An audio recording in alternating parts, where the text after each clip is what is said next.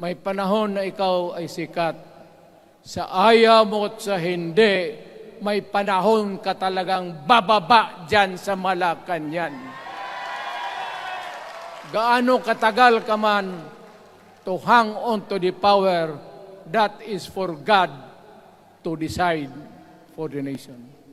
Kami, patayin ninyo, wala na akong silbi. Tapos na ako, naging presidente na ako. Nakatikim na ako ng pag-upo ng silya dyan sa Malacanang. Ganoon na lang ang ang alaga ko sa bayan. Alam mo ba, tanungin mo yung lahat ng senador, magbisita sila, isang kanin, isang pork chop o isda, sabaw. Noong panahon ko, sabi ko, yan lang ang mapakain ko sa inyo. Walang steak kasi mahal yan. Hindi natin pera itong kinakain natin. Yan ang totoo. Magtanong kayo ng taga-Malacanang. Hindi ako nagpabibida. Sinabi ko lang, huwag ninyong kalimutan, Mr. President, ang delikadesa. Mahirap yan. Magkaroon tayo ng...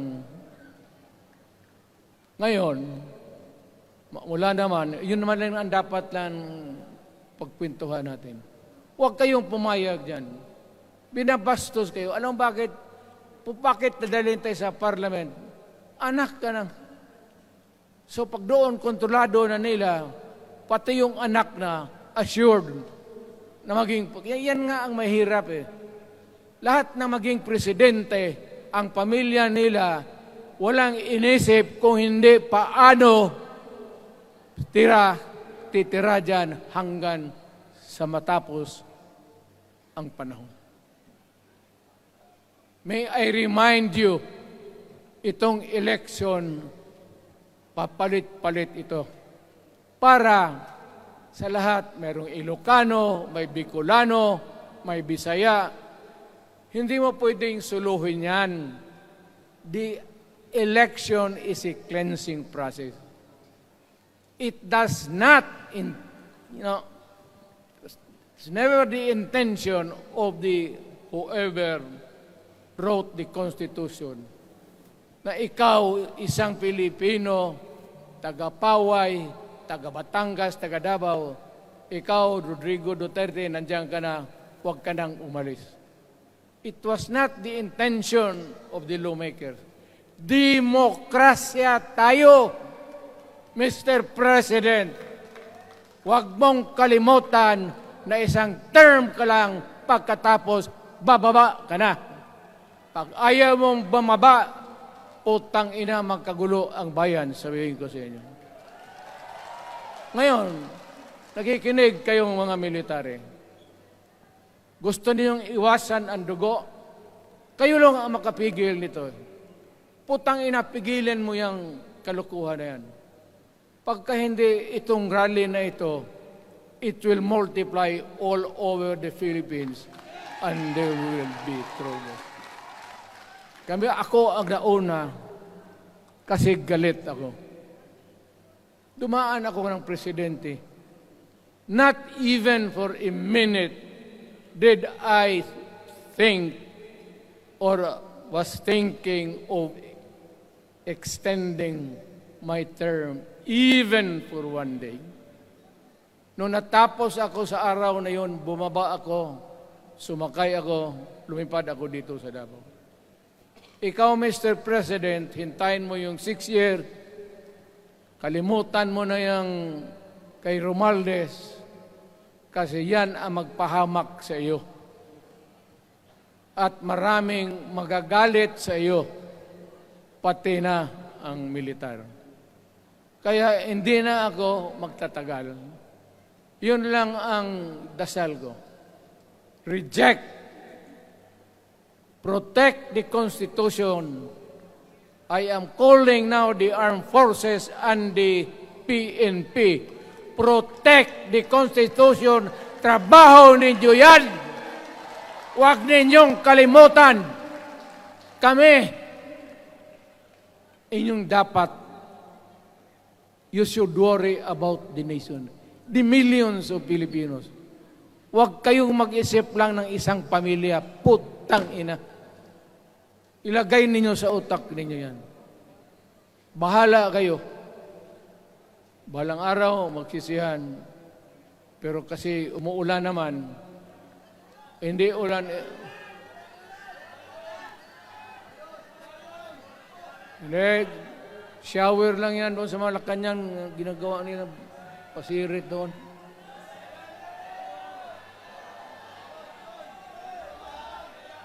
Wala naman rin akong masabi. Kasi hindi ba ito eleksyon? Nakafocus lang ako sa People's Initiative and the way that they are handling the process of the People's Initiative. Ang nangyayari ngayon, hindi yan People's Initiative, kung hindi buying the people for their signatures. Pag-umpisa pa lang, bayaran na. At maniwala ka ng konstitusyon, lalabas yan maganda. Kung pira-pirahin lang tayo. Balang araw, wala na ako sa buhay. Maybe 10 years, 5 years from now. You might want to change some provision. Yung sabi nila, the usual excuse is, economic provisions lang ang aming pakialaman. Putang ina, huwag kayong maniwala dyan sa mga yawa na yan. Puro kasing sinungaling ang mga ulol. Alam mo, pag nagtawag ka ng Constitutional Convention through People's Initiative or when you open the Constitution, hindi mo pwedeng limitahan ang powers na yan. It's unlimited. Kung ano ang gawain nila at kung ano ang utos ng may pera, kung bayaran sila, ipagbili talaga tayo. Ipauhanin na lang ako, naghangi ako ng may mga congressman dito. Ito yung matitino. Nandito si Congressman Alvarez. Pumunta talaga siya. Hindi mo kasi niya ako hinayaya. Kapupunta sana ako ng Tagum. Para lang ako galit talaga. Bakit po putang ina? Siga. Bakit? Bisaya pa makumutan ko na imong naong. Magharap ka sa akin, ganoon ko yung mukha mo. Bakit? Bakit bigyan mong problema ang Pilipino? Ano ang kasalanan ng Pilipino at gumagastos kayo, binibili milyon ng milyon, kayong mga congressman, putang ina, istapa yan. Swindling yan. Kaya sabi ko, by stroke of faith, nabalik ako dyan sa Malacanang, kayong lahat, kagaya ng Marcelo, ng tatay mo, Bongbong, kayong lahat, congressman, nandoon kayo sa Krami. Ipasok kayo ng 2 taon para leksyon ninyo. Hindi ka maleksyon ng kalukuhan ninyo. Wala. Hindi pa nga naayos ang kati. Ano bang, what's wrong with the Constitution? Tell me. Kung hindi yung inyong ambisyon.